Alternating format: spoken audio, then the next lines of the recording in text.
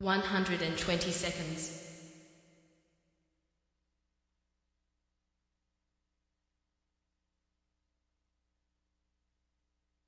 110 seconds.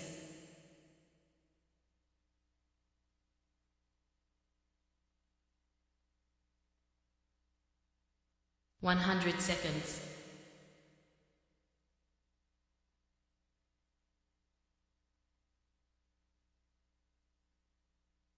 90 seconds.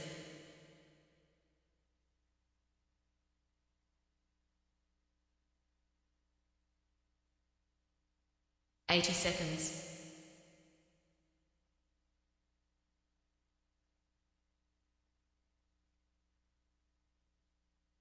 70 seconds.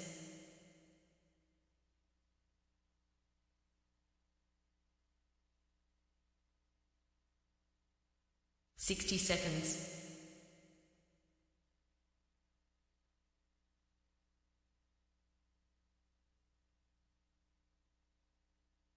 50 seconds.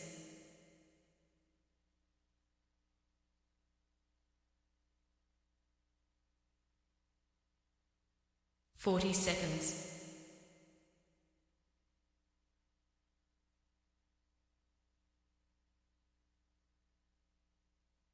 30 seconds.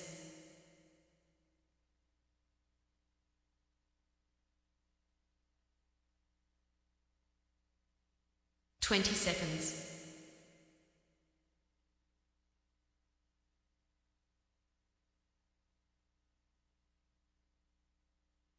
10 seconds.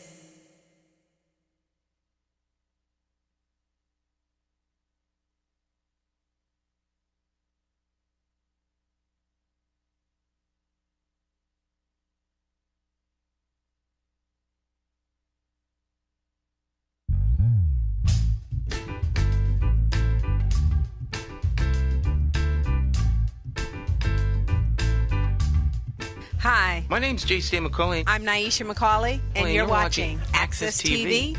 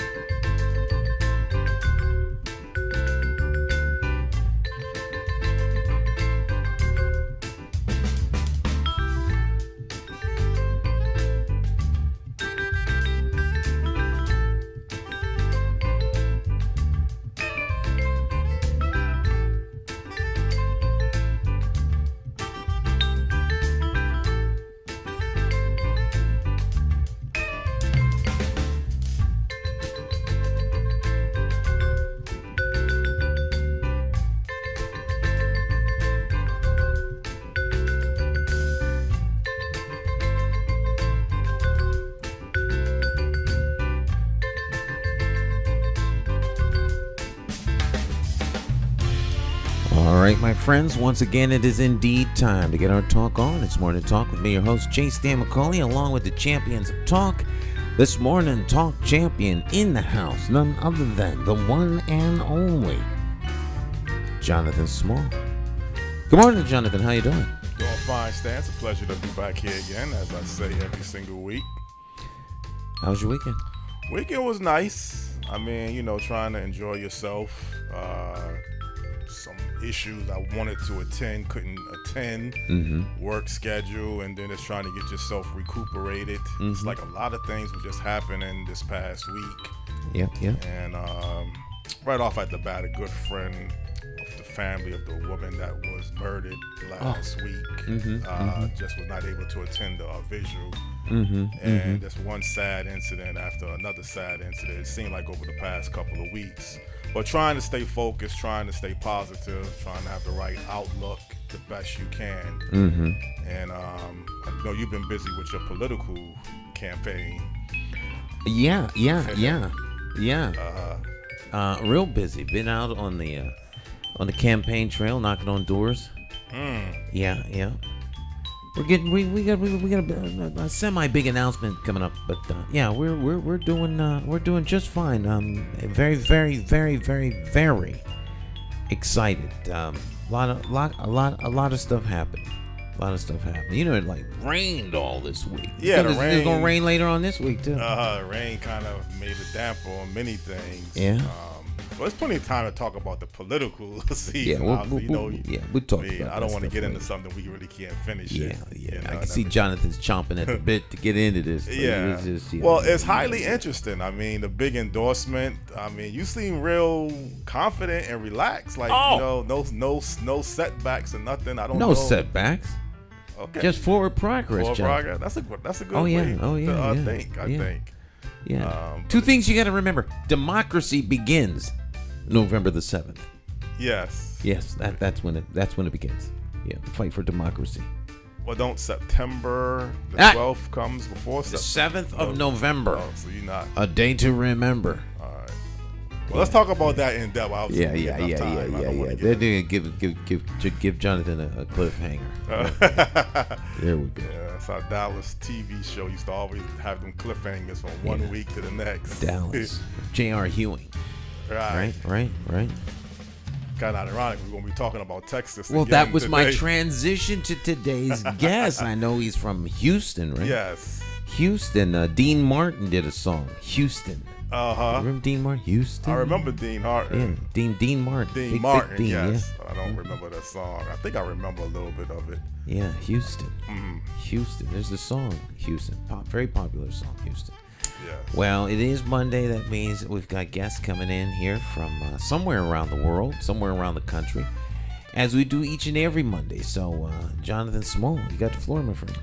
Well, this morning on Morning Talk Live with J. Stan McCauley Talk Show, we have a very high-profile individual who has a lot of connections and has a tremendous track record in the areas that he specializes in, and he's going to bring a lot of critical information and some, hopefully, networking opportunities beyond just the information, if it's possible, about what his organization has done, what they're doing, and what they're planning to do. The guest this morning on Morning Talk Live with J. Stan McCauley Talk Show is the president of the Greater Houston Business Procurement Fourm, located in Houston, Texas, no other than Milton Thibodeaux, if I'm saying his name correctly. Good morning, Milton. How are you doing?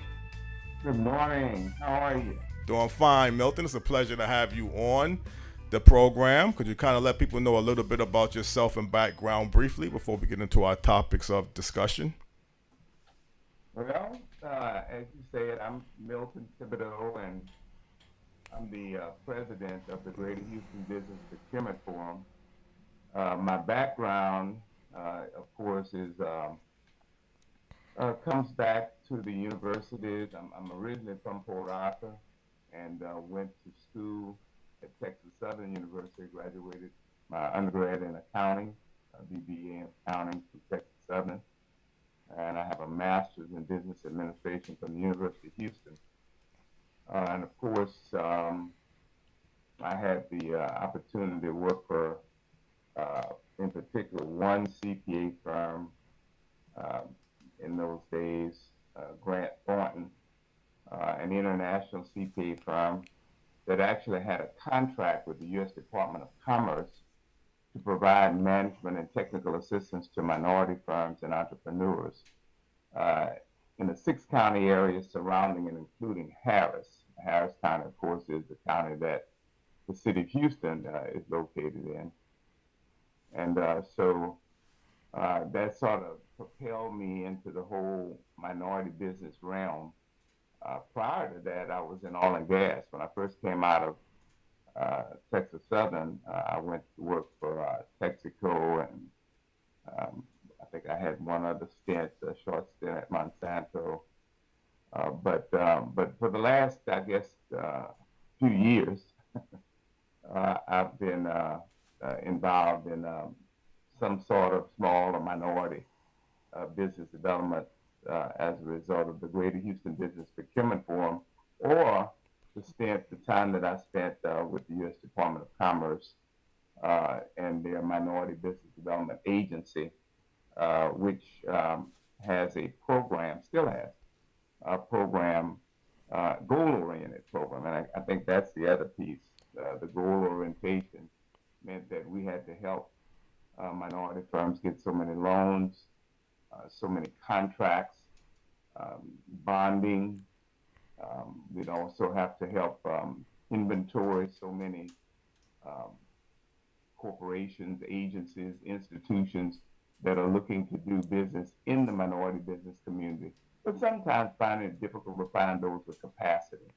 And of course, since part of our charge under that program with the Commerce Department was to help, we had goals to meet in financing, in contracting, and procurement. So that sort of propelled us into where we are today with the Greater Houston Business Procurement Board. Well, Milton, with your organization, the Greater Houston Business Procurement Forum, is it designed just to operate in Houston or the Greater Houston area, or do you expand outside of Texas throughout the United States? We have from time to time, we've aligned ourselves strategically with some of the centers where needed. Because the Commerce Department has a number of centers throughout the country in major metropolitan areas, much the same as the one that I ran here in Houston. So, if there is an opportunity that exists that we think we have a firm, let's say in Houston or Harris County or 6 surrounding county area, that's kind of the charge that we had when I was with the Commerce Department. We had Harris County and 6 surrounding counties. But of course, we've gone all over the state of Texas. Then we've gone in key areas in the country where there's an opportunity, and certainly where they don't mind having a firm from the Houston area to come and do work. Oftentimes, you might have a situation where there's areas where there's opportunities or maybe a big contract, but then you don't have minority firms in that area. There's a need or a charge to find minority firms, but then there's not that many firms in the area. So in those cases, we've actually had firms to go and maybe take up residency, to actually set up a company there and be a working model company in those areas, so that it's not like you're just sending a firm down there to gain opportunities, but bring all the revenue back to Houston. But those firms actually open up businesses where it makes sense. They open up businesses in those particular areas where they have contracts. Well, Milton, first of all, when you think of Texas, you're talking about a former country that used to be part of Mexico. So it's a large state, and you have a lot of geographical area to cover alone. So if you're operating outside of Houston, that's still saying a lot. And when you're talking about, let's say, working with small businesses and minority-owned businesses, you have to pretty much have something to bring to the table, even though you are very helpful towards, expanding and creating opportunities for contracts. But you're not the type of organization that can just make something into a business. You have to pretty much, let's say, have a business already established before they can actually work with the Greater Houston Business Procurement Forum. Not necessarily. Mm-hmm. Sometimes you have people that are in startup mode. And of course, we work with those companies. We try to give them some management and technical assistance in key areas as it relates to loans, financing, bonding if you're in construction, as it relates to business plan, market plan development, demographic studies to understand what the area looks like. Certifications, if you're looking to be certified in a specific arena to do business. So we assist from that standpoint.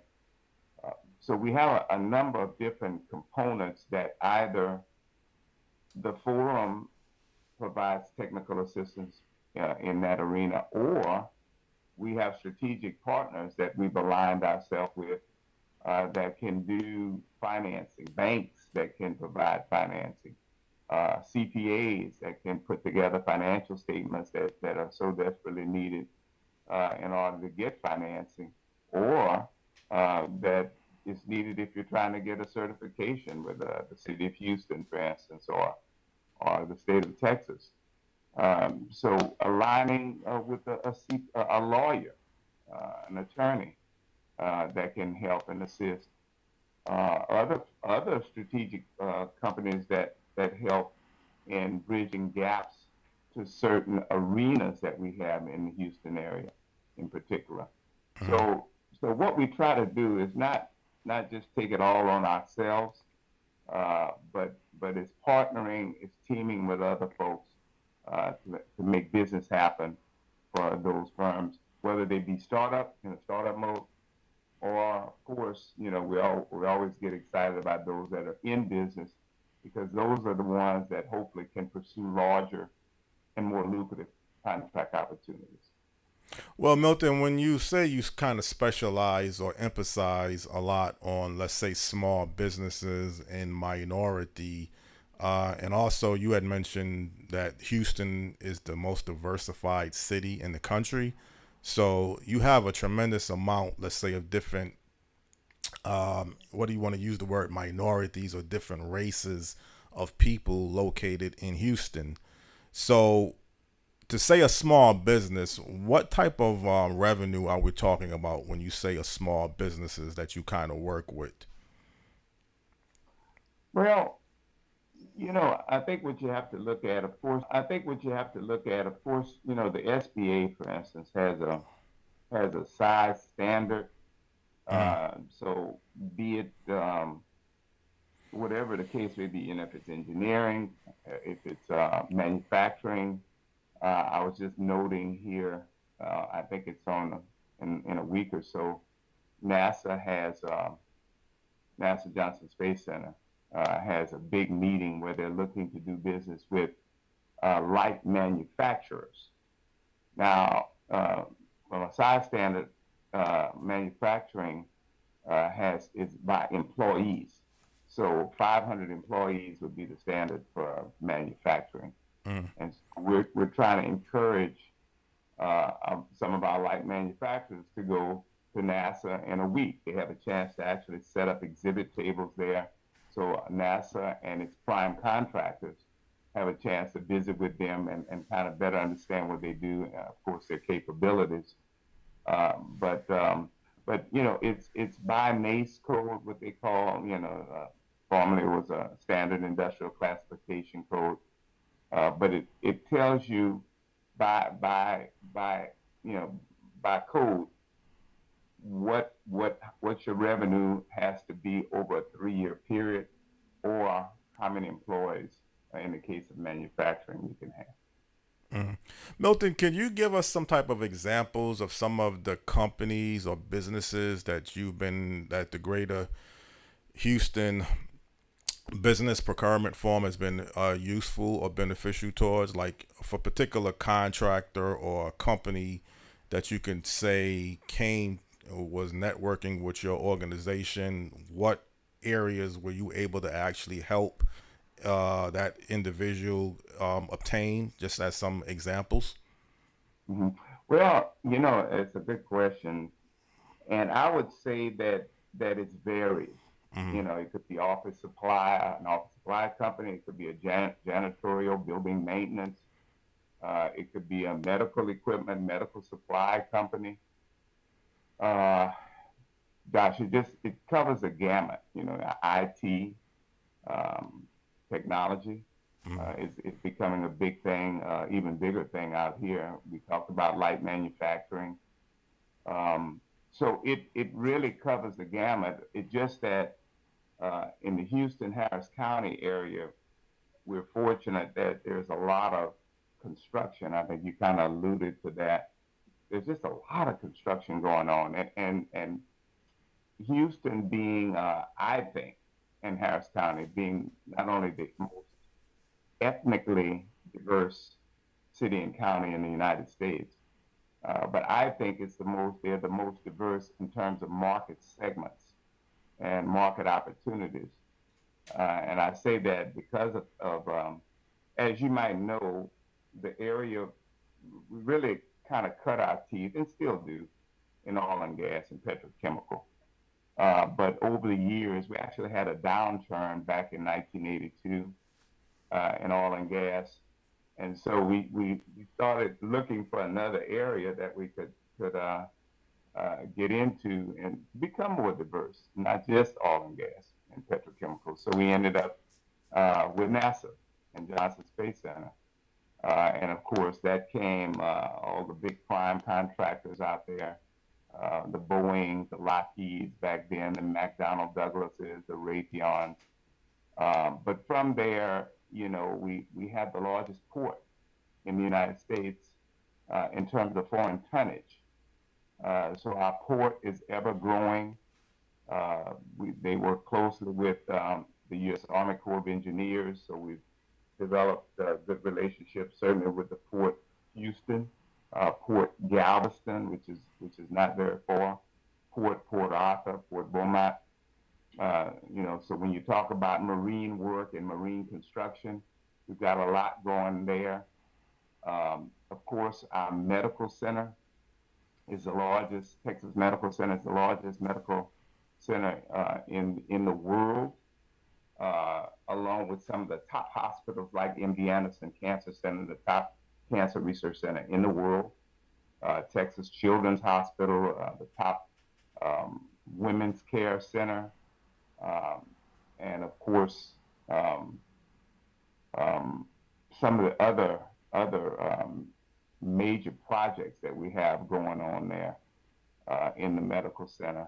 It's just unbelievable. But now we talk about technology. We've just opened up a new technology corridor.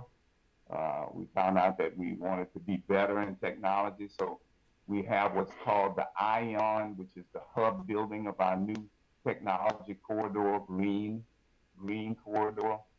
And we're really excited about that. In fact, that's where we've had the last over the last 2 years, I guess, since we've kind of come back from COVID. That's where, for the most part, we've been hosting our breakfast forums. But our university sector is ever growing. So there's just a lot going on, and construction seems to dominate only because the numbers are so large. Well, Milton, Milton, when you're saying construction is dominating in the greater Houston area, can you give us some examples of some companies or some names? I mean, to be honest, towards general contractors that's minority owned in the greater Houston area that is really striving, that you could say this is what they do, this is who they are, just to give some examples? Mm-hmm. Man, I wouldn't want to slight anyone, because we're fortunate out here today, and that we have a number of general contractors that are opening doors. In fact, today I've not seen things as good as they are now, and maybe that's because of the construction opportunities. But it's because Houston is so diverse. What I'm finding is that the corporate community, the medical community, the university, and we mentioned the NASA and the aerospace community, everybody is starting to get it now, and that's exciting. They're saying, you know what, Houston and Harris County's diversity is our strength.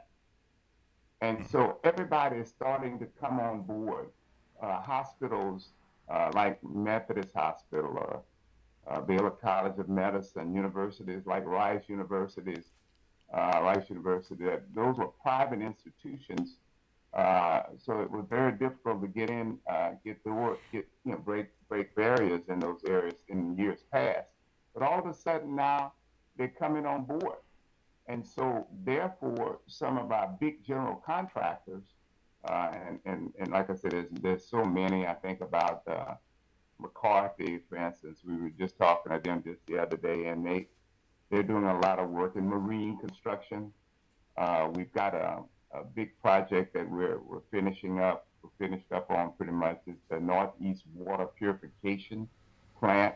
That's a $1.765 billion project that we took that plant from 80 million gallons of purified water per day to 320 million gallons per day. We've got projects in the medical center, one in particular that I was just working with, and that's TMC 3. That's the Texas Medical Center 3. It's a collaborative effort between the University of Texas, Texas A&M, MD Anderson Cancer Center, who I mentioned earlier, and the medical center itself. It's going to be 4 new research buildings, collaborative buildings, but then as well, you're going to have convention center hotel, high-end companies, biotech, biomedicine, investment banking firms, even a jogging track. I mean, it's a sight to behold as you see it coming up. And one of the first contractors was a minority firm that was able to penetrate. I look at Bond Construction in that case. Bond Construction is the one that has that project. But we've had, we just did a $100 million renovation of our zoo. The zoo is just over 100 years old. Tellefson Construction did work there. Manhattan Construction, as we look at all of our stadium work, our transit authority work that we've got billions of dollars in transit coming up that I'll mention here in just a minute. But when it comes to stadiums, Manhattan Construction has just done about every stadium I can think of, from Houston to Dallas. They built NRG, our Texans football stadium. They built the Cowboys football stadium. They built the Texas Rangers baseball stadium. They built our soccer stadium, the Dynamo soccer stadium. They built my university's football team, University of Houston's new stadium, a fairly new stadium. So, you've got people at Turner Construction that build our new, at University of Houston, build our new basketball stadium, or gym. Turner just built our new, at Texas Southern University, built our new library. That's the first library we've had at TSU since 1957.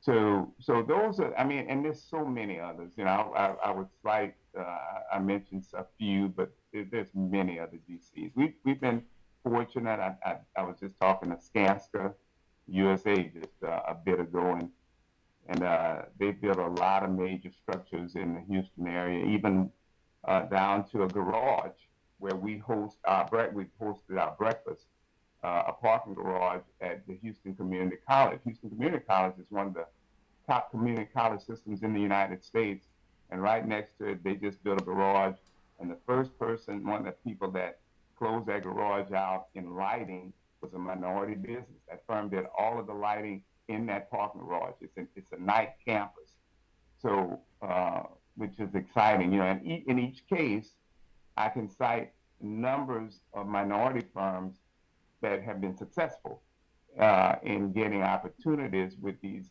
big general contractors. Some, I guess, in large part, there is goals to meet on these projects. But as time goes on and relationships are developed, strategic alliances are developed, it becomes opportunities just because it makes good business sense, as opposed to it being forced from a goal standpoint. So that's the other thing I'm seeing. Now, are there challenges? Yes, they are. But I'll stop there for a minute.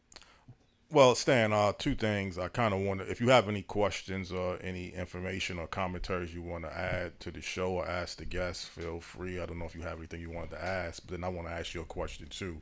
So, do you have anything you wanted to ask? I'm in listening mode as usual, and it sounds like a great place to be, particularly if you're in construction or contracting, Houston. Right. And so, yeah. But the bonding and all of the different things that he's talking about are stuff that our local people here, I hope, are paying attention to. Well, that's what I kind of want to ask you. You're the president of the Greater African American Alliance. So if I'm a person or I know someone, let's say, that's trying to get a get a contract, get a lucrative contract, and if they was to come to the Greater African American Alliance, Greater Hartford African American the Alliance. Greater Hartford African American Alliance, would the alliance be in a position to do some of the things similar to what they're doing in Houston with this organization? Well, you have to remember the alliance is not like the organization here in Houston. We are an alliance of different individuals, and as an alliance, we move forward agendas that the members agree to. Okay. So if the membership, but let's say, you hear that the sewage mitigation is something that the alliance decided we need to make a collective move toward resolving. So that's what we did. So you wouldn't necessarily come to the alliance if you needed bonding. You wouldn't come to the alliance if you needed financing for a project, or you could come to the alliance to find contacts or the ways to do that by conversating and networking with other members of the alliance. Right. But the alliance itself is not it's not that organization. Okay, just wanted to clarify that and make sure to do that. So again, you don't have anything else you wanted to ask? No, it's very interesting, and the audience is interested.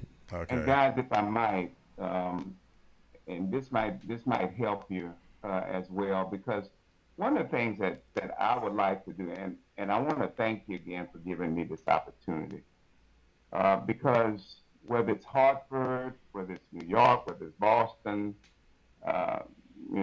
it doesn't matter. We would like to be able to assist any group that want to do something like we're doing with the Greater Houston Business Procurement Forum in their particular area. I think you just hit on something there, Jonathan. And so one of the things that makes the forum unique, and let me just add that we just had a forum last week that I thought was really nice. Each forum, and of course we've been doing this forum for 32 years. Okay, so that's one thing. It's a monthly event. We have never missed a month in 32 years. Okay. It's a networking, but not just networking. It's networking, it's matchmaking, it's providing management and technical assistance in those areas we talked about. But each month has a theme, and last week's theme was doing business with the city of Houston. And it talked about how to get as well certified. That's a big thing, certified officially as a minority business, so that when a major corporation, some of those companies that I mentioned, are looking for true minority firms that are certified as such, that have been screened as such, then, those firms we try to invite to the breakfast. Those firms we may have helped get certified. We've helped them get the financing and bonding. So we bring those capable firms to the table at the breakfast. But equally, you have the city in last week's case. But beyond that, we don't just stop with the city. We don't stop at a 30,000-foot level. So one of the things that we did this last week was so as part of the city, we have the Houston Airport System. And the Houston Airport System has major projects ongoing. One that we were really excited about was one with United Airlines. And so we brought United Airlines, but we didn't stop there. Okay, we went on to bring those general contractors that United Airlines was bringing on board to do that work. And that was in excess of $1 billion of work. And so who are the people you need to meet? Who are the people on the ground needing that minority participation or that have goals to meet and are being pushed to do so. And so we worked it all the way down from top to bottom. And I thought that was a really neat thing. And then after that, so after we went through the City of Houston Public Works and Strategic Purchasing and Houston Airport System and OBO, which is our group that actually helps and supports in minority and MBE firms, but at the same time helps on the certification process with the City of Houston. We had all those various departments, and when we finished those departments, I was able to go around the room. I kind of scanned the room, and I said, you know what? We've got some strategic partners here that makes this an even bigger play. Because when we started the procurement forum, we wanted it to be a place where you could come and do business with everybody under one roof, okay? Not just the City of Houston, as was the keynote address for this past breakfast, but with Lone Star College, one of the top community college systems in the United States. I mentioned earlier, Houston Community College, again, one of the top community colleges, University of Houston, Texas Southern University, NASA Johnson Space Center, Metro, one of our top transit systems in the United States. Of course, some of those prime contractors that have projects, even on with those particular entities. So it makes again, the breakfast was uniquely designed not to have just one sector covered, but all sectors covered in one place. And I think what helps, and maybe what helps me, is having the heart to want to make a difference, and that translates in how we bring and the kinds of people we bring. We try to bring companies, corporations, agencies, institutions that we know are not only committed goal-wise because they kind of have to do it, but because more and more they want to do it, and they realize, at least in the Houston area, it makes good business sense. Mm-hmm. Yeah, it's a lot that Houston has going for itself with all those different lists of companies, institutions that you're mentioning throughout this show. I mean, clearly Houston is a very large city in a large metro area, but certainly you have some tremendous assets that's really helping and making it beneficial. The other area, though, Houston has the largest, I believe, Nigerian population in the United States. What do the Nigerian population base brings to the greater Houston area in Texas towards many different areas of businesses, education that you can kind of let people know if you are aware of? The Nigerian community has been long-standing. They're diverse, as a city, as a county is, we talked about. Mm-hmm. So it's not any one area. I mean, they brought to us information technology. There are construction contractors.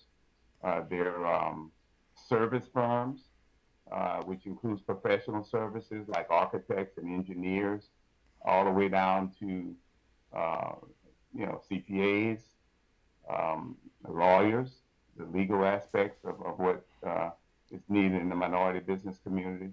So very, very diverse community and very active community. We've enjoyed them attending the breakfast. They bring not only their own services, but sometimes business opportunities for others. And I think that's what I'm finding across the board among all of the communities. Again, maybe a little bit unique in Houston because of the diverse. Again, Houston and Harris County are the most ethnically diverse city and county in the United States. So we're more and more starting to learn how to do business together, find more ways to do business, because it makes good business sense, but it's also working here in Houston. And so, we sometimes laugh and joke and we say, well, we don't know what's going on with other parts of the country, but we know what's working here. And certainly if we can make it work here, we can be a model city, a model county for others to follow. And that's why I'm here today with you guys, is to let people know across the country that it can work. If it works in Houston, and yes, we have maybe a diverse market segment, but it can work anywhere when you have people that are committed to the charge of minority business development. Well, Milton, one thing Texas gets criticized for, and maybe you can clarify this, it has somewhat of a negative reputation that the wages down there are low. You have poor healthcare services. You have tremendous issues with illegal immigration. You have other underlining issues. Some people say racism that Texas has a history towards. Could you kind of clarify some of those negativities, whether those are myths or some sense of realities to people?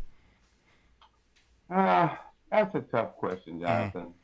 For me, I know that those situations exist, Mm.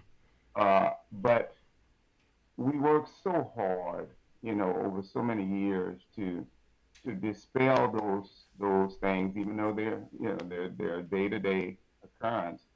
But there's so many opportunities, and our heart is so big that those opportunities seem to not overpower, out necessarily outweigh or blank what's going on out. But where there are opportunities, we try to focus more on those, Mm. and developing relationships with people that really want to do business. And again, we're fortunate in the Houston area. State of Texas has does have some issues, but we're working through those. We've got great electors that have real fight in them. They've been up at the state level for a number of years, and so you just have to continue the effort to work and try to work together. I mean, I've had a lot of success. In fact, every month, every once a year, we have doing business with the state of Texas. And we have some of our great elected officials with the state that come in, and we have a number of our institutions that include our universities, of course, we talked about, that are state institutions: University of Texas, Texas A&M, University of Houston, Texas Southern, Prairie View, Sam Houston State. So, in fact, um, in September, our September Breakfast Forum is going to be doing business with our educational institutions now that we're going back to school. And so, yes, we have challenges. Uh, we have challenges, we have threats, but we try to overcome them with a lot of energy, enthusiasm, and working together wherever we have a chance, wherever possible. Yes, and I mean that might have not been a fair question to really ask you because, like I say, every organization or every individual can't be all to all people. So sometimes, trying to throw something outside of what your organization is designed to do is really not fair. And I'm not trying to really put you on the spot. I just sometimes wanted to clarify some Right. misconceptions that people. We're not, while we do, I mean, at some point, your path does cross politics, right? I Mhm. mean, it just so happens, it happens. That's the way it is. But we tend to uh, not get into the political arena, but try to work in the business development arena, you Mhm. know, and take those resources that are out there, those people, those agencies, those institutions that are truly committed. We try to sift through the maze, if you will, right? That who are out here that's really committed to doing business in the community, even whether it's goals or not. Mhm. We've got firms, when we talked about some of those major corporations. We've got firms now that are saying we're going to do business in the community, in the minority business community, uh, in the private sector as well. They've stated goals: 15, 20% participation in the private sector. And heretofore, it was difficult for these companies are saying we're going to do business. You know, it doesn't have to be a public job like with the city or Harris County, who now has an MD. Harris County is the third largest county in the United States, and again, the most ethnically diverse county in the United States. And now we have an MWBE program. We have an MBE program as of the last 2 years, and there's so many opportunities coming out of Harris County. So, you know, it's a city and a county that just keeps giving, and it just keeps you pumped up. I can't tell you, my mind is always racing about what's coming up next. I mean, this week is going to be an unbelievable week with healthcare projects galore, with some of the great university work. We've got the big project I told you about NASA in light manufacturing. And of course, our breakfast, and if you don't mind, let me just quickly mention that. Our next breakfast is coming up, again, a monthly event, is on August 29th, Tuesday, August 29th.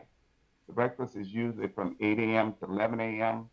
This particular one, the theme is doing business with our transportation industry, air, land, and water.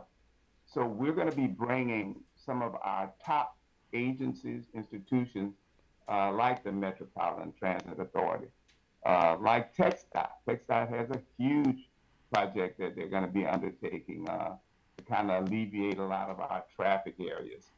TxDOT is Texas Department of Transportation. We're hoping to have our toll road that's part of Harris County, and the Toll Road Authority is, I think, going to be has a multi-billion dollars of projects along with Metro that has a $7.65 billion Metro Net coming up. So, you know, this particular event on the 29th of August is going to be one to remember with all the transportation work. And most all of it has some sort of MWBE, DBE, which is Disadvantaged Business Enterprise. That's a TxDOT acronym, but also one that points to federal government work, like at the airport. We'll have the airport back to talk a little bit about some of the other projects that they have there. So, you know, air, land, and water, that's our next breakfast on August 29th, and we're really looking forward to that. Mm-hmm. Well, again, Stan, I kind of want to bring you into this comparison because I don't know, like I say, I'm not in Texas, so I take his word, I guess, Milton, for what he's saying. He's a specialist in this area. But I know sometime in the past, and maybe even now, when you get into Connecticut, the greater Hartford area, and then you have these issues with minority-owned contractors feeling like they're not getting a fair share of the contracts. It's like every time you go to the certain source of an agency, well, they come back with something else. Well, the project isn't ready to get started yet, so you have to wait longer. You don't have a certain college level degree, so you have to finish your schooling. There's other issues that comes up. We're going to work on another phase of the project. I hate to say it on a negative term, but I just get the feeling here that I've interacted at times. There's always some type of way to make you feel like you're getting the runaround instead of just saying up front what you need, what you have to have, and then when you put those things together, then we're going to do business with you. We're going to give you or you're going to get rewarded the contract. Is there any way to really get through these barriers, unless you see it differently? Maybe you don't see the same barriers that I see with minority-owned contractors, or is it? Well, I see the same barriers that you see. I hear about the same barriers that you're talking about on a weekly basis when we have our, our weekly meetings of the Greater Hartford African American Alliance. Mm-hmm. Yeah, it is the runaround. Right. Well, make no mistake about it. Okay. It's the runaround. Right. When people are intentional about getting things done, things get done. Yes. When they're intentional about keeping you out, then there's always a reason why you can't come in. That's why you're never told exactly what you need, because it doesn't matter what you bring. There's going to be the intention is to keep you out. Yes. And so that's why organizations such as our guests are so important, because you have the capacity to empower people with the information they need, with the relationships that they need, with the networks that they need to be successful. And so, unlike in Houston, here in Hartford, and throughout Connecticut for the most part, you don't have that same kind of impact because you don't have the same kind of force, and there aren't that many. There's a shortage of qualified contractors. There's a shortage of individuals who have the bonding necessary. And rather than to empower individuals by bringing thresholds down, making ways for things to happen so that you can grow your business, the forces and powers to be seem to be working against. And we just don't have the population here to push as much as we would. As much as we would like to, or we don't have enough to be effective. Yeah. I think I knew that was going to come back at some point. The population numbers. I knew at some point when I brought this up, it was going to come to, well, Connecticut just doesn't have the population. We don't. But I still don't like to accept. And I don't want to say that we're accepting that. Well, it's not necessarily accepting it. I'm sure Milton will have some insightful information. It's not accepting it, it's understanding. I don't want to accept I got a flat tire. Right. But there it is. So yeah. Let's analyze it and then come up with a suitable fix, and perhaps working together with his agency, we might be more successful. Yeah. And if I might add to that, guys, I don't want to make it seem like Houston's just gangbusters and everybody in a kumbaya mode. It's not that way, and I don't think it's going to be exactly that way anywhere in the country. We try to sift out. I mean, it's some people we're not able to work with. We won't spend as much time with. We try to spend time where we see real opportunities. The kinds of people we bring to the forum are people that we know have goals to meet, like, of course, the city of Houston, like Harris County, like our state agencies and institutions, like a NASA, in October, I guess it is, October is doing business with our federal government. So we'll have NASA, we'll have the U.S. Army Corps of Engineers, we'll have the VA, we'll have U.S. Department of Housing and Urban Development, we'll have Federal Aviation Administration. So we'll have a number of federal agencies that, in that case, have goals to meet from the federal perspective. We have SBA that comes to give our 8A contractors, for instance, bring them to bear. They bring the SDBs, the small disadvantaged businesses, to bear. So we just try collectively to work to build our strategic alliance. We've learned that here in Houston, we can't work in silos, okay? We have to now learn to work together.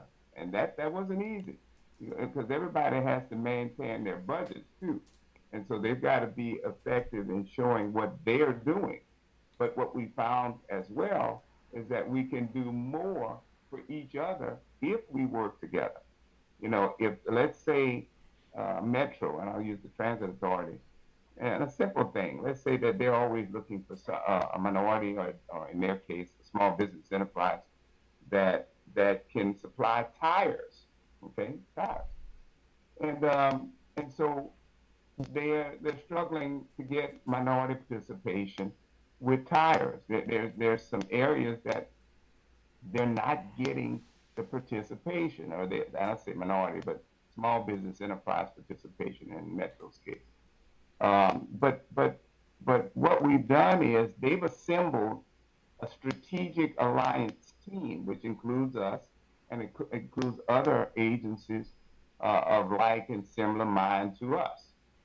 And we all come together, and this could be other institutions, other universities, the forts and other, and we exchange some of our best firms, okay? And one of the things that I like to do is every time we have a breakfast, a forum, we try to highlight those firms that are being successful. Firms that have just gotten financing. And how did you do that? So, okay, JP Morgan Chase, how did you make this loan happen? Well, we did it. We made it into a tandem loan. We did an SBA guarantee, but we also brought a non-bank lender in to hedge the risk of the deal to make it work. Mm-hmm. And then comes that minority firm that just benefited from that loan. And what did they do? Well, we made sure that we had our financial statements up to date. We had more than just in-house financials. We had compiled or reviewed or audited, depending on the need of the size of the loan and the size of the company. And of course, we kept our tax returns updated, and on and on. So we try to take those success stories and how did we make it work? In effect, testimonials. So you have to throw everything up against this. Okay. This is not a one-shot fix. Some of the things you guys are saying, we experienced that too. So this is not, it's not, Houston is, again, everything's going right in Houston. It's not. Yeah. It's not all right. But we fight. Right. We fight and we work together to find avenues to make business happen, to make business work for everyone in this city, in this county, and the surrounding area. Well, the key thing, Milton, I just wanted to kind of bring you on to talk about the Greater Houston Business Procurement Forum and talk about the Greater Houston metro area. I didn't want to get into all of the other areas outside of what you're designed to do, because I think some people might be under the misconception now, well, Houston is a gold mine. Just go down to Houston and everything is going to be slam dunk. And that's not really going to be that simple, So I know you're definitely aware of that. I think other people need to be aware of that as well. People say Atlanta, the same thing. You got some of the best black-owned businesses, black-owned contractors, but everybody's not beneficial towards that great opportunity. So there's always going to be a lot of work and challenges you have to still strive for. And again, we're out of time, believe it or not, and I appreciate your availability under short notice. Give the great referral from Abel Garcia about you, who was also on this program last month. I appreciate that. If I could quickly add, when we talk about, you hear me talking about strategic teaming or partnerships, and I know these are buzzwords, but it's buzzwords that can make sense. And I think about NAMAC and Abel. Abel is our Minority Business Advocate of the Year. Mm-hmm. Okay, the reigning out every year in December we give awards. And this gentleman has done everything. He has a heart of a lion. He fights every day. Every day he fights. And so we, Greater Houston Business Procurement Forum, is strategically aligned with NAMAC to make business happen in the community. NAMAC has a number of really, really good contractors, all right? So we bring those guys to the table when there's opportunities to do construction work. So, Abel oversees a great organization, and my thanks to him because he called me, I guess it was Saturday. And he found some great guys, and you really need to meet and visit with them because I had just a great experience with them. So I want to thank you for what you've done, of course, with NAMAC, with Abel, and of course, again, giving me this opportunity today. And I'm always available, guys, and I'm sure, I could speak for Abel.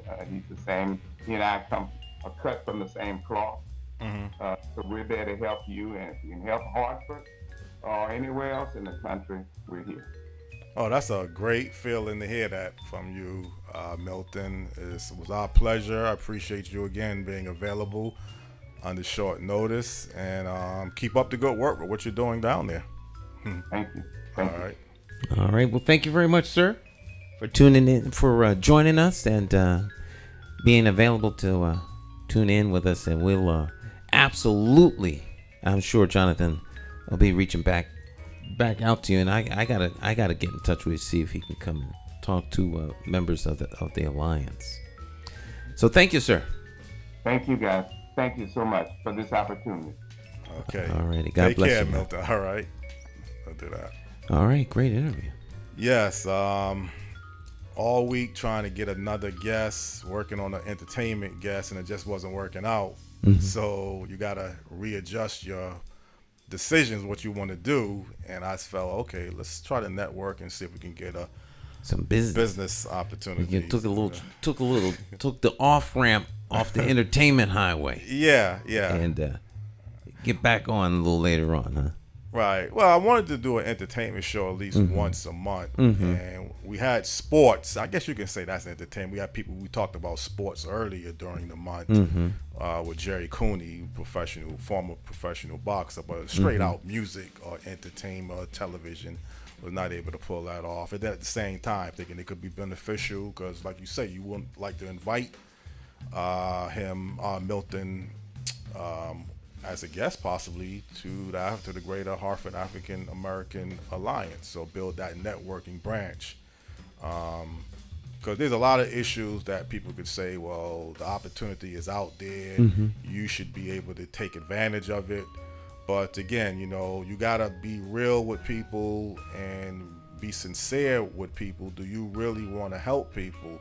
I mean, I didn't get a chance to get into everything about, well, do Connecticut have a good track record of government contracts with minority firms? But, hopefully, again, we can start to steer things moving in a better direction. That's all I could say, at this point. All right. Well, we will be, why don't we take a short break, and then we will be right back with our second half of the program. Don't go anywhere, my friends. It's Morning Talk. We'll be right back.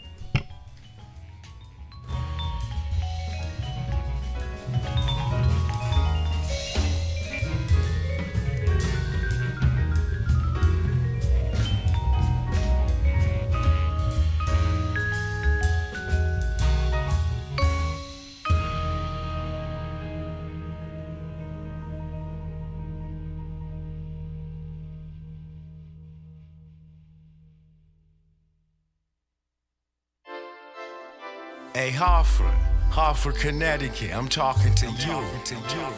We got to get out and vote. Vote for Stan McCauley. It's our time. We got to rise up and take it back. Vote for Stan McCauley. Vote for Stan.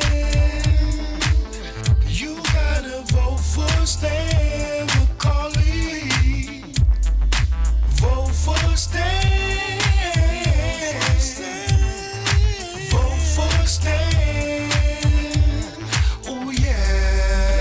More to politics than just what your social covers.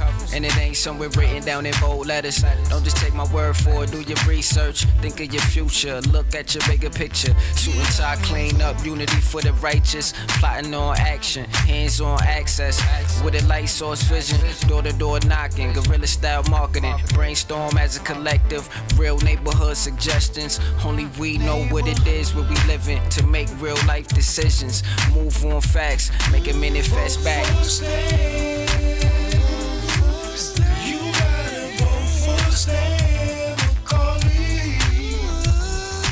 Vote for Stan. Vote for Stan. Vote for Stan.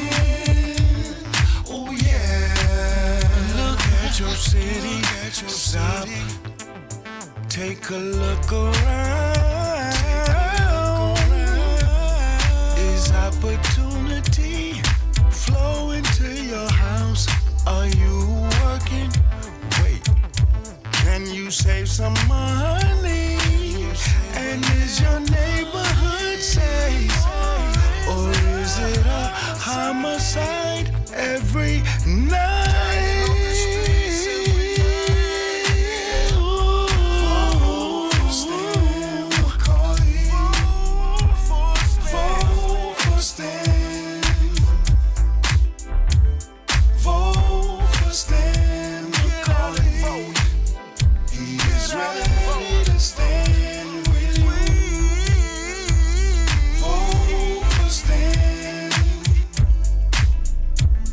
Vote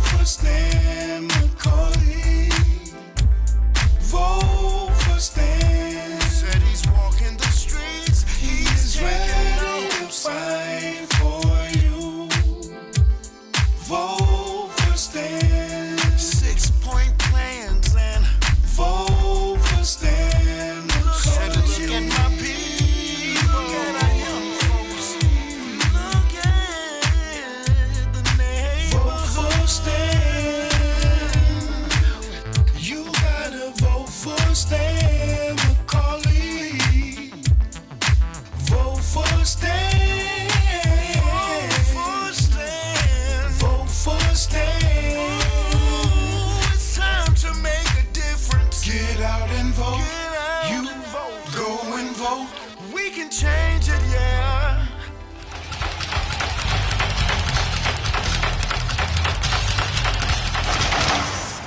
Hi, my name is Marlon E. Starler Sr. Many of you may know me as the two-time welterweight champion of the world. I'm here to tell you that Democrat J. Stan McCauley, as our next mayor, will fight for you until the last bell. Help me through a knockout punch. Go out and vote for Stan the man.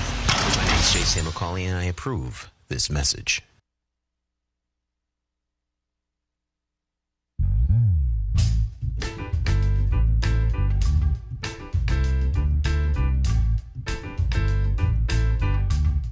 Hi, My name's J. Stan McCauley. I'm Nyesha McCauley, and you're watching AccessTV.org.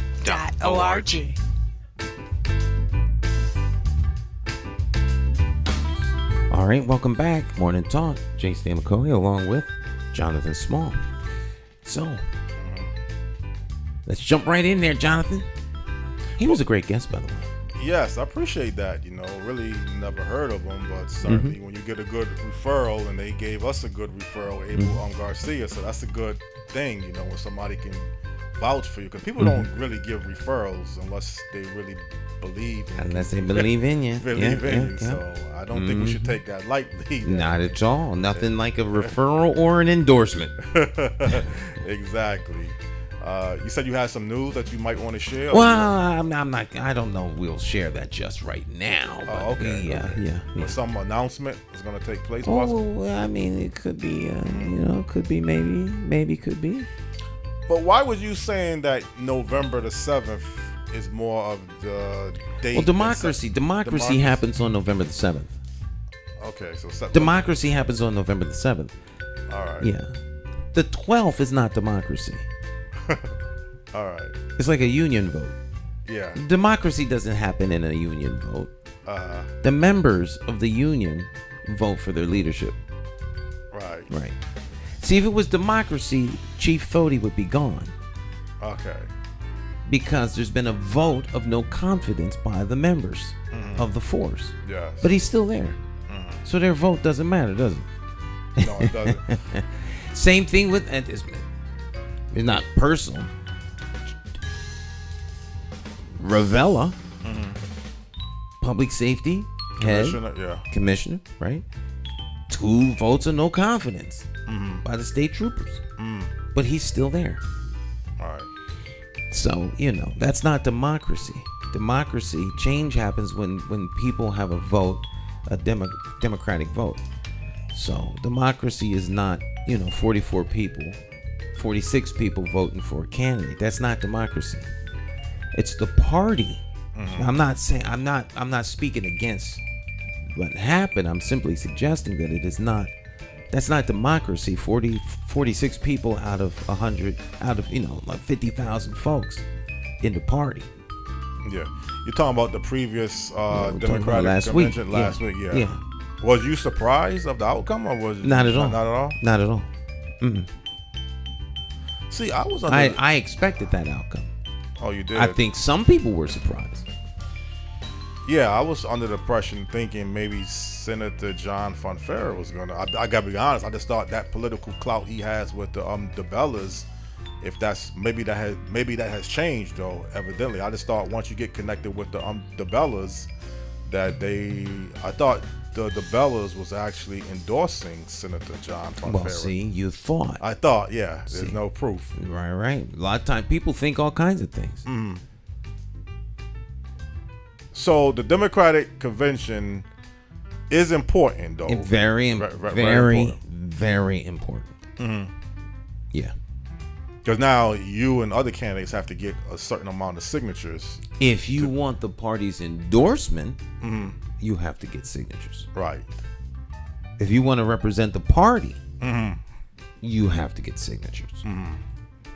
You like that type of rule, though, that they have under the Constitution, that you have to get a certain amount of signatures? Well, it's not a constitution. That's a party rule. A party rule, okay. Yeah.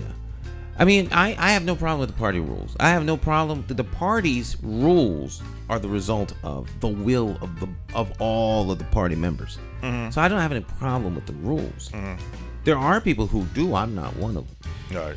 Right? Because, they get to make up the rules to govern themselves as they see fit, and the folk that don't like it can bounce about. Yeah. So, no, the elected officials of the party are town committee people. So the party has a democratic process whereby they elect town committee members that represent a certain number of people. So in theory, each member represents, let's say, 100 people. All right. It's more than that, but let's say they represent 100 people. Okay. And so, if 46 people vote in favor of a particular candidate, in theory, that would be the will of 4,600 people. Right. All right. If 21 people vote for a candidate, that in theory would be 2,100 people. And 10 would be 1,000 people. Okay. In theory. Or 1,000, 4,600, 2,100, 1,000 people. Right. Okay, so if you get 2,100 votes of the people, or 21 party members, I'm overcomplicating this, I'm geeking out here. Okay, so the result of the town committee vote last Monday night, Arunan Arulampalam got 46 votes. Senator John Fonfera got 21 votes. Right. And former Judge Eric Coleman got 10 votes. For a grand total of 77 votes, because there's 77 members of the town committee. Right. In theory, the 21 members that voted for John would say, hey, look, we cry foul. We don't like the result of this. We think our candidate has a much stronger chance of winning than the candidate that the 46 of y'all voted for. So we're going to gather our people and we're going to go out. We're going to knock on doors. We're going to go convene the people we represent. And we're going to fill out a petition to get him on the ballot so he could be elected by the party members. Right. Not the Republicans and the working families and the independents and the Green Party and the Communist Party and the Hartford Party and all the other parties that are in Hartford. All right. The Democratic Party is the big boy on the block. Everything here it's a one-party town. Right. But that is not democracy. That is party politics. Right. Okay. So there should be no problem going out getting signatures. You should be able to knock that out in 2 days. Oh, okay. Because in theory, it's not just. In theory, there's 21 people who represent a whole lot of people who want him in. Right? You only need 1,800 signatures. Right. So if you represent that many people, then you should be able to go out and get them. And you should be able to touch those people because you represent them. Right? Same thing for Judge Coleman. There should be 10 people who each represent at least 100 folk that they go out and touch.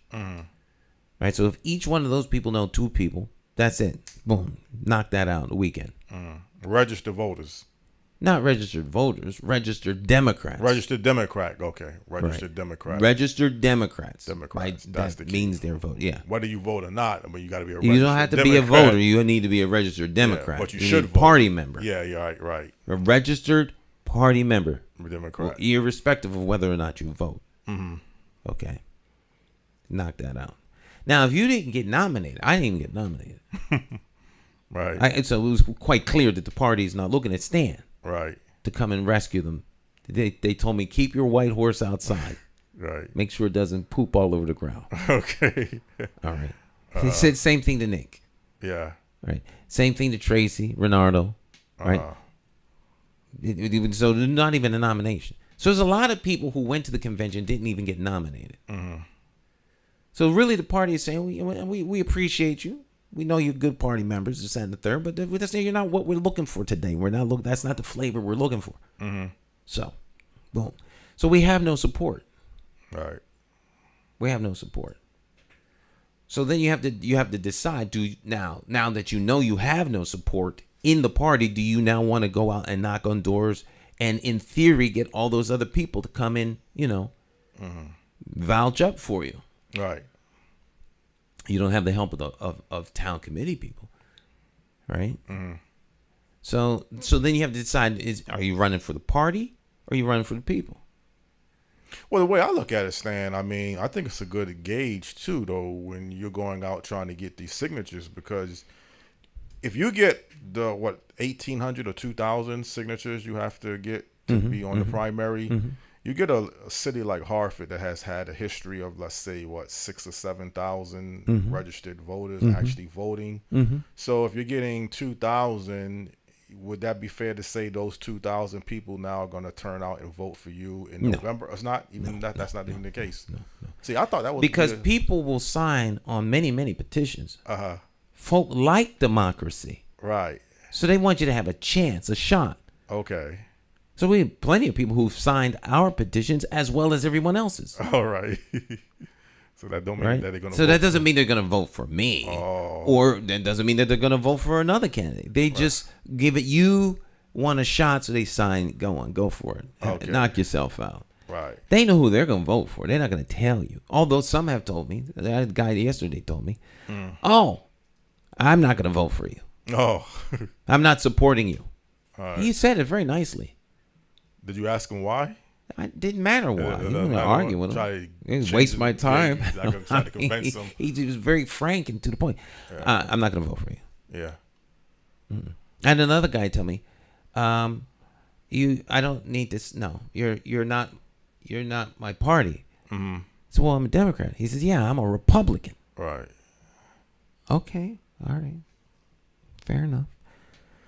Well, he couldn't sign the petition. Well, you got to be a Democrat. Well, there's two petitions out there. There's two. There's the general, and then there's the Democrat. The Democratic. Right. There's the primary petition for September the 12th, and there's a general petition for November the 7th. Right. Many people are running both. Oh, okay. In case they don't win the primary, they can run in the 7th. Yes. Now you gotta pick a time. You gotta pick a side.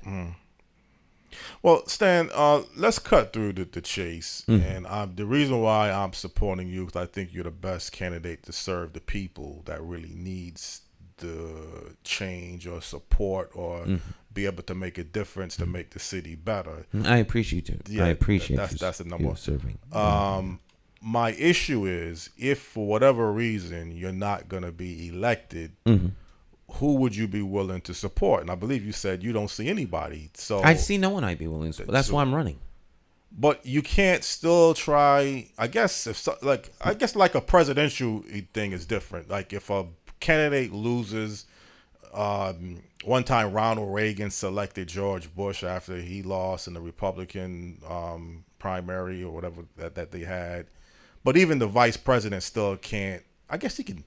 have some influence on the president, but usually it's the president's call. It's always the president. The president. So you can't say because I'm a vice president. Well, he's the backup. The backup. If something happens to the president now, he can take over. We don't have a vice mayor. No, we don't. So that's another issue. You have the council president. Right. But that's still different. Well, the council president is the backup to the mayor.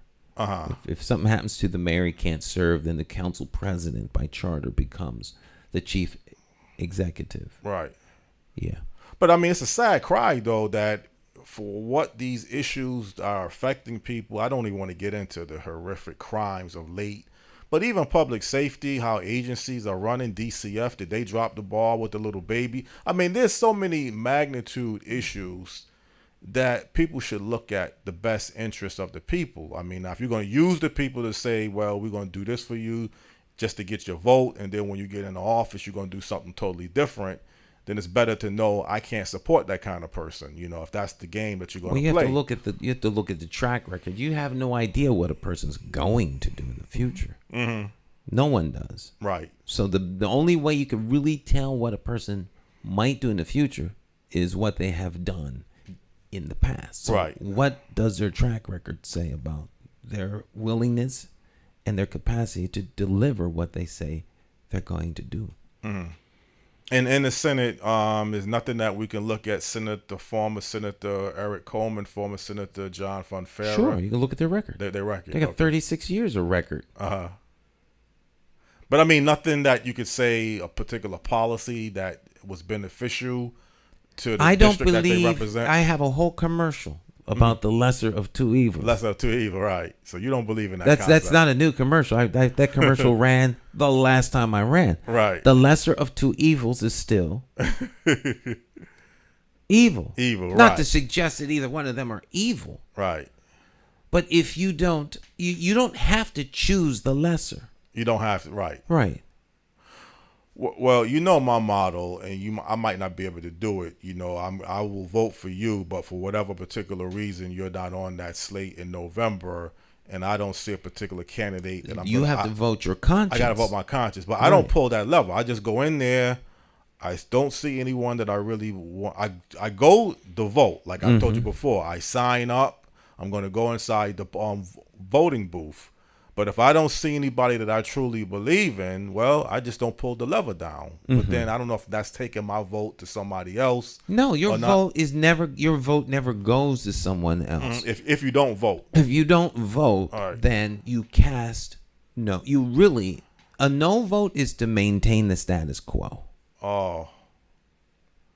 Because it says you're satisfied with the way it is. Mm-hmm. You'd rather it stay the same than change to what's being offered by one of the candidates. If you are indeed engaged at all, because our feedback from being out on we've been out there every day into the night in the rain, and our feedback is that people are just hostile. Yeah. People are up. People are angry. Yeah. There's a lot of angry people. They're fed up with quote unquote government. And that sounds like to me that's going to translate in a low voter turnout. It very well could. We'll find out in the upcoming elections. We'll find out on September the 12th because most of the voters in Hartford are Democrats. Right. So we'll find out. The independent, there's a lot of independents too, but they can't vote on the 12th. The 12th, right. Right. So they don't get to participate in the primary process. And in my opinion, they shouldn't. They shouldn't be able to because they're not members of the party. So you really don't have a voice in the party selection if you don't want to join the party. Right. All right. So you have to join. You have to vote for who the party picks relative to the other candidates. But we will absolutely be on November the 7th ballot. Yes. That's yes, absolutely. Well, see, the point is I'm saying we're going to have a new mayor. Yes. Whoever it's you or somebody else. Right. And if it's someone you don't really particularly agree with or in favor of, can you still block that out and say, I'm willing to work with this person for the betterment of the city? I mean, that's the problem that I think I'm running into. That A willingness to work with someone means they have to be willing to work with you. Mm-hmm. So it's very few people in the city will get to work with the mayor. The mayor. The mayor will work with a lot of people, but the majority of the citizens don't work with the mayor. They get whatever the mayor and city council determine for them. Right. Well, even when I say work, what I'm saying, even the candidates that's running for mayor, y'all could still, I guess y'all will be the minute population, but does the mayor now look at the candidates that's running, that ran, and say, well, maybe this person got some good ideas? Very rare. Very, very rare. That has not, no, very rare. That generally doesn't happen. There's too much animosity after the election for people to work together. Oh, okay. I've always been available to help any elected official, and most certainly anyone elected to the mayor's office. I am available to help out in any way I can. That's always been the case. Right. And my phone's never rang from the mayor's office. Say, Stan, this, that, and the third. Can you help out with XYZ? That's not necessarily totally true. I have done some projects for the city. Not really on behalf of the mayor, but people connected directly to the mayor. But, I have a skill set that, so that's more being hired to do a thing more than working with. Working with, right. Right. And then I've never replied. Yeah. You can't blame someone for not helping you if you don't show the effort like you want to actually work for somebody. I can't, I don't want to suggest it. Had I reached out and say, look, I want to work with you. Can I work for you? That's never actually happened. But I think you're the kind of person that want to work for a particular office for the mayor, that it could do some good, not just for yourself individually, but for other people. That's why you're doing this type of network. That's why, right. Yeah, right. So Yeah. I think that's the whole purpose. And I don't know, again, if you would be hired or selected when it gets into that level. Can you hire you, Stan, to do this that's going to be beneficial to many of the residents in the city? That means you got to somewhat, if the mayor, whoever the mayor, if it's not you, doesn't agree with your agenda, you're not the kind of person that's going to change your agenda, sell out just to say, I want to work for the mayor's office. That don't. Oh, no. I'm not going to sell out. Right. But, as a professional, I don't have an agenda. When you're working with a client or for somebody, my agenda is parked at the door when I come to work. Right. Your job isn't, you don't have a job to move your agenda forward. You have a job because someone needs work to be done. Yes. And so, well, even like a chief of staff. I mean, if you're the chief of staff for the mayor or the governor, you still work for the mayor or the governor. You have to still, I guess, what your job duties consist of. I'm not interested in being anybody's chief of staff. Yeah. No. Well, I stand. Unfortunately, I'm not a political expert, but I'm getting the perception could be a reality. It's going to be a low turnout in November. You think so? It don't seem like it's going to be the 6th. No, because I really don't know. It could be a low turnout in November. A low turnout in November is not good for the establishment. See, I think, to be honest, I think you need almost what Thurman Milner needed. You need a high turnout. Because you represent the many disenfranchised people who are at the bottom, who needs help, or who don't have a voice. You're not locked into the machine as the so-called previous election results have come down to. So if the people out there who got all types of needs and they want to have a better life are registered to vote and they turn out to vote, then I think it'll be a slam dunk, because you're well known in the city. Your track record speaks for itself. But if you can't get these populated people to be registered voters and vote, in numbers that make, then they will have the government. Yes, but that they deserve. They deserve. Yeah, you said that. We always have the government we deserve because we vote for the government. So Right. you know, if you don't come out and vote, then you can't complain and you can't moan and groan. Not when you can come and vote. Yeah, well, make sure that you have enough registered voters in the city that can go higher than 6,000 or 7,000. I think, I don't know what 60,000 registered voters you have. So if you aim for 40 to 50,000 registered voters voting, you know, you can understand maybe 10,000. But when it gets to the 6,000 and 7,000 voters, we're 20 to 22%. And then the machine kind of dictates, well, this, and then that top slate you got to look at too. I mean, I'm just trying to keep it real with you. This is how I'm feeling like that. You're telling me that a lot of people that you're running into is just fed up. A lot of people are not happy with quote unquote government. They're disenfranchised. They're not happy. Some of it has to do with national politics. Some of it has to do with local politics. People are not happy about schools. They're not happy about the flooding. They're not happy about taxes. People want to move out. I mean, you know, why are you running? You're wasting your time. I mean, it's a litany. It goes on and on and on and on and on and on. And so, but people are encouraged overall because they want better. Right.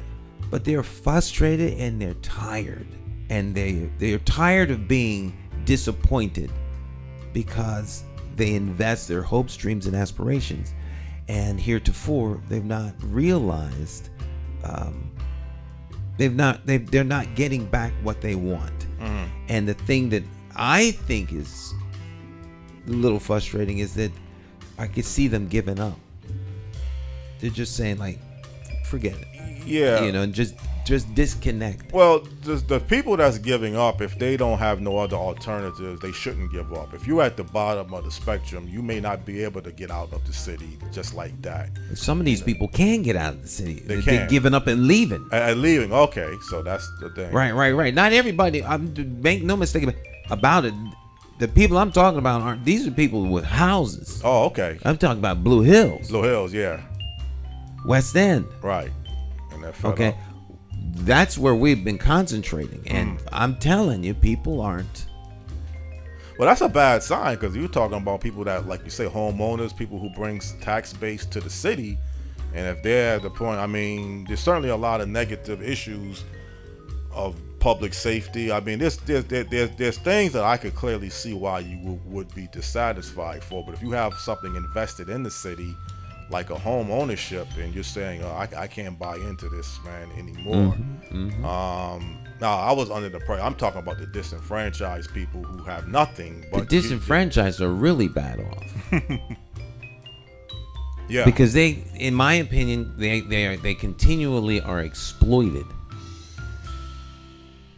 And that's what I'm saying. If those numbers could be calculated in the registered voting block, see, that's another problem. I don't know if you're disenfranchised people in your city, but again, you still have enough registered voters. Now, I would have said, let's not say 60,000 registered voters are disenfranchised. I don't think now on the flip side, I've run into people who are very happy with Luke Bronin.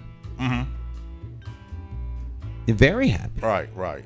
Across the spectrum, across ethnic groups, across lifestyle groups, across economic groups. Yes. From the heart of the hood to the elite West End. So they are very happy with Luke. Right. But he's not running. No. So the field is... but his endorsement, though, does carry some influence. It could carry influence, but then Luke 2.0 is not Luke 1.0. And so it doesn't concern you that the people, let's say the votes that would go for Luke Bronin would translate. Those don't necessarily translate. Okay. No. Okay, so you're not concerned with that, right? No. And then there's a lot of people that don't care for Luke too. So I mean, not everyone's not an anti-Luke guy. There are people who like Luke, and I guess for him, that'll work. I ran into two people who were real clear you're not the endorsed candidate. You won't be getting my vote. Right. So, yeah, it is what. Well, we got to take a break though. Oh, okay. We'll take a break. We'll be back. We'll talk about this on the other side. Yeah, this is how the party works. Stick and stay. We'll be right back.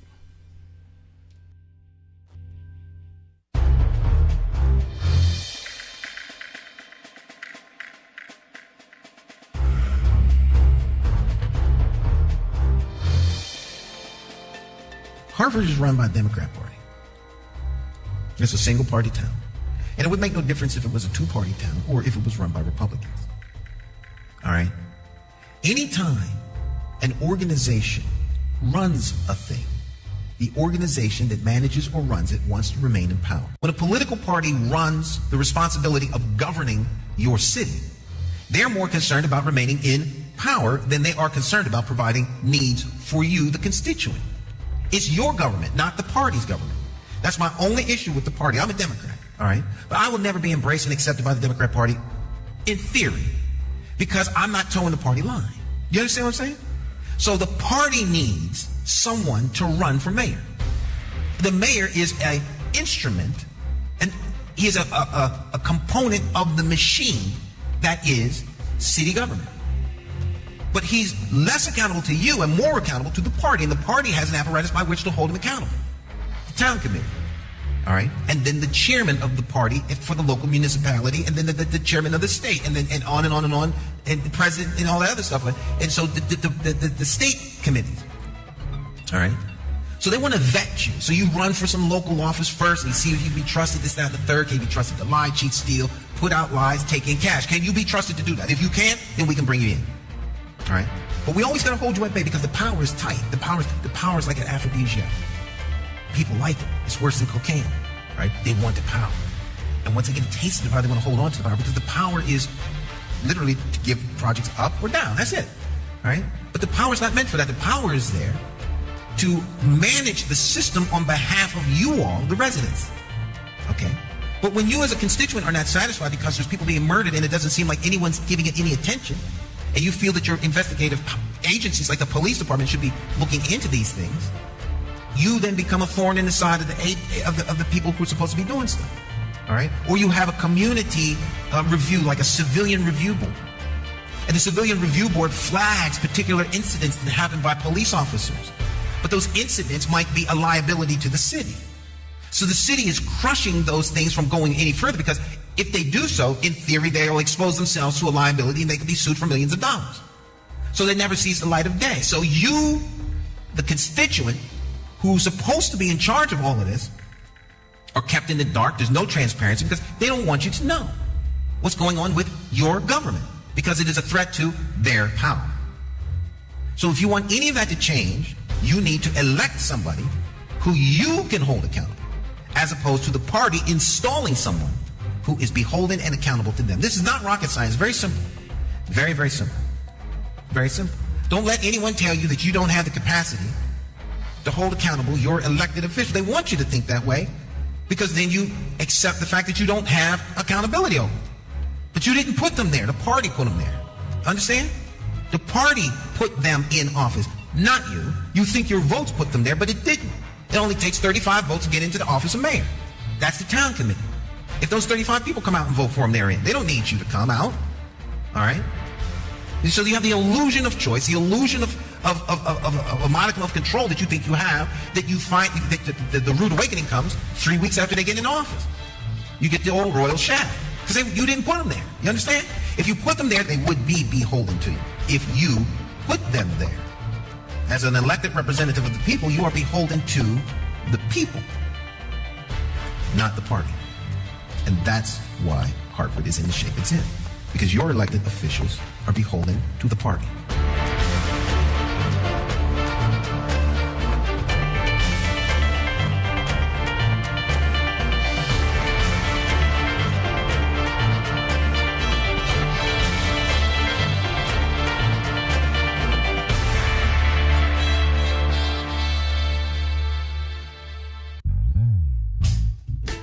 Oh, yeah. Good commercial, though. Funny. A little bit funny, but serious at the same time. Yeah. That's my breakdown of that's politics in Hartford 101, and not just Hartford, many towns. Because the powers that be that control everything are the political parties. And it's the same thing in Republican-controlled towns. Mm-hmm. Yeah. Yep. Oh, well, the key thing is whatever your strategy is at this point between now and August the 9th to get on the primary, if that's your plan, or go to November. Yeah, we're going straight to November. We're going straight to November, so you've already made a decision. Yeah.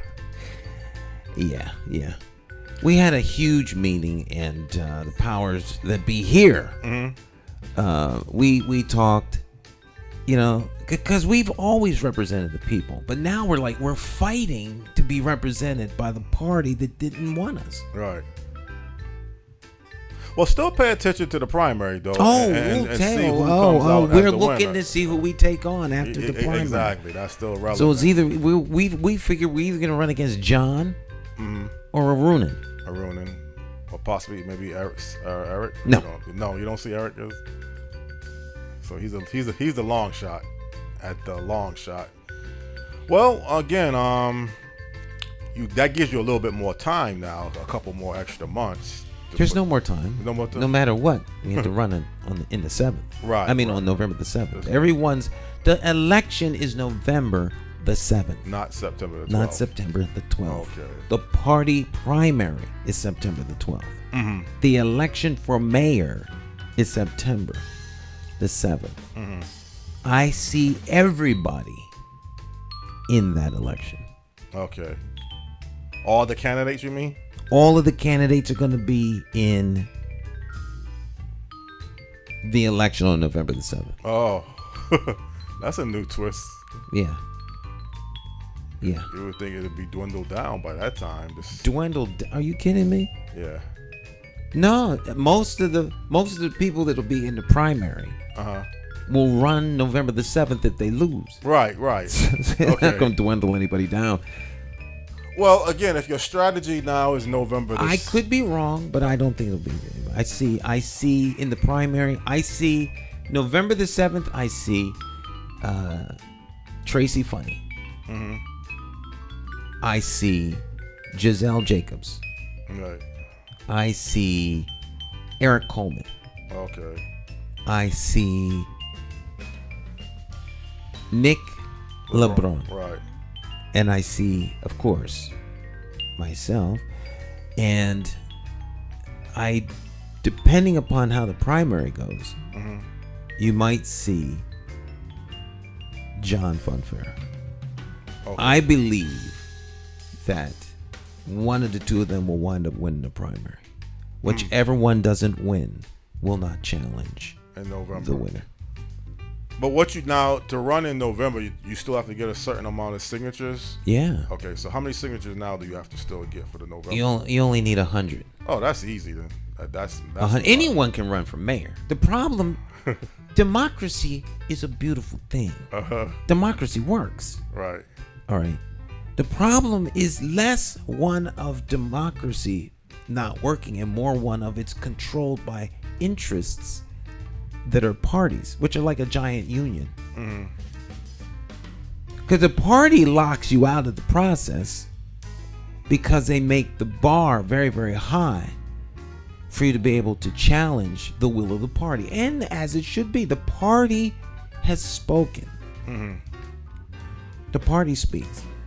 Yeah. And so if you go against the party, you do so at your own political risk. But again, Stan, back to what you were saying about, the West End and the Blue Hills area of homeowners being really disgusted. You said government, but is there other things that they are just disgusted by? I mean, they're disgusted at the government. Just that? Right, but I had a conversation with a young man yesterday. He said, "No, I don't do any of that." He was a young guy, like 18 or something. And he says, I said, "Well, I think you would be real good at this." He says, "Nah, I have nothing. I don't do that. I don't trust. I don't want nothing to do with them. They're all crooked, this, that, and the third. I said, well, he said, the government. He kept saying the government. I said, well, you are the government. All right. No. They're the government. No, you're the government. Because the government represents you. If they're crooked, then that means that you're crooked. And he was pushing back. So I says, you know what the government is like? I said, the government is like children. I said, so if you let kid, now he could relate to this. Yeah. He got it just like that. I said, so if kids were in your mother's house, running around, crayon on the walls, and spray painting on the walls, and cooking in the kitchen and letting stuff go all wild and crazy, and the parents came and said, well, they do whatever they want, and so I just let them. I don't even try talking to them. I just let them do whatever they want. Of course, you could see him saying, well, I wouldn't just let them do whatever they want. I said, well, that's of course what you got to do with government. Right. If you don't watch government, it will do whatever it wants. Right. That's where you as constituents come in. You got to do your part and hold government accountable. Well, again, I don't want to put all of the emphasis on every problem in our society on government. Certainly this little 2-year-old boy falling out of a window. You could say, well, DCF was there twice. Why didn't something happen before it got to that point? Is that form of government really useful? Should they be held accountable? The other, and I'm getting into public safety now, because I could see why people could be disgusted with the city to some degree on just this alone. Innocent individual, like we mentioned last week up in Unity Plaza, gets caught up and gets gunned down from a bullet meant for someone else. Somebody else was critically injured. People even forget probably that a woman on Albany Avenue a couple weeks ago was killed, but at least the driver stopped in this incident, though. So for whatever. She's killed, but she hit by a car. She was hit by a car, man. But at least the driver, it wasn't a hit and run. But still, that's under investigation. The two domestic incidents, and like I said, I'm friends of the family of the niece, Crystal Cooper, who was killed. Certainly you can't say that's a government breakdown. So some things are outside of the government, and then some things you could say societal breakdown. Societal breakdown. But I would be concerned with DCF on that issue, and just in public safety in general. I mean, now you can say the cops can't be. People saying we're understaffed in the city. If you had more police presence, you do need law enforcement entities, right? Otherwise, people will take the law into their own hands, and you will have chaos and anarchy. Right. The only sanctioned group of people that can enforce the law, as of right now, are the police. Right. They are a government agency, accountable to you, the constituents. And see, when Bishop Dexter Burt blamed the Hartford Police Department for the problems, he was not 100% correct. Now, he made some good points, though, that the police should be more engaged with the community. They should be more visible. People should feel more of a sense of interaction, not just standing on a corner, maybe monitoring traffic and then take off. But you can't, and I think the Blue Hill Civic, well, not the Blue Hill Civic Association, but Kelvin Lovejoy held a press conference with Bishop Dexter Burt saying that, no, the people in the community got to be held responsible. The people that's shooting people got to be held responsible. Now, you can say, well, what led up to it? You was underage. The person stole money from me or whatever. That's also got to be looked into, too. Well, but you can't just say the police department is at fault for all of our problems. No, the police are not the problem when it comes to interpersonal relationships deteriorating and people resolving conflict by neutralizing the one with whom they have the conflict. All right. But when people feel that there are no other avenues but their own to resolve conflict, you're beginning to see the society break down. Right. People don't have any faith or trust in the police, so why would they go to them? Right. That is a problem with the police. All right. If folks are choosing to resolve their conflicts by neutralizing or killing somebody, could they have talked to a clergyman? Could they have talked to an imam or a rabbi or to a community leader? To a friend or a neighbor, a family member? People are turning inward to themselves to do only what matters to me. Right. If what I want matters and nothing else, then before long, you're the only one that matters. It doesn't matter what happens to anybody else. And these are societal problems, but they're all, society is built on a foundation, and these things, they establish. You start taking apart some of the foundations, it collapses. And if it doesn't have something to fall into, it falls through. Right. So if you take out one building block of the society, what do you want to replace it with? What do you replace it with? So you have chaos. Then you have poverty, putting pressure on people. People don't have stuff. Right. They want to have stuff. All right. And so these things, they just keep escalating. Well, even when you get into poverty, I mean, there was a report this past week that the aviation industry has a shortage of workers. And, by working at the airport, I can say firsthand, there's a high turnover ratio in some departments. There is other issues of maybe understaffed just for whatever particular reason. It could be simple as transportation. It could be the work itself just not unreliable. So I've seen it all pretty much. But then when you hear United Airlines record profits $1 billion for one quarter, and then you say poverty stand, and you're saying sometimes the people, how United Airlines and other big companies, they are subcontracting the work out.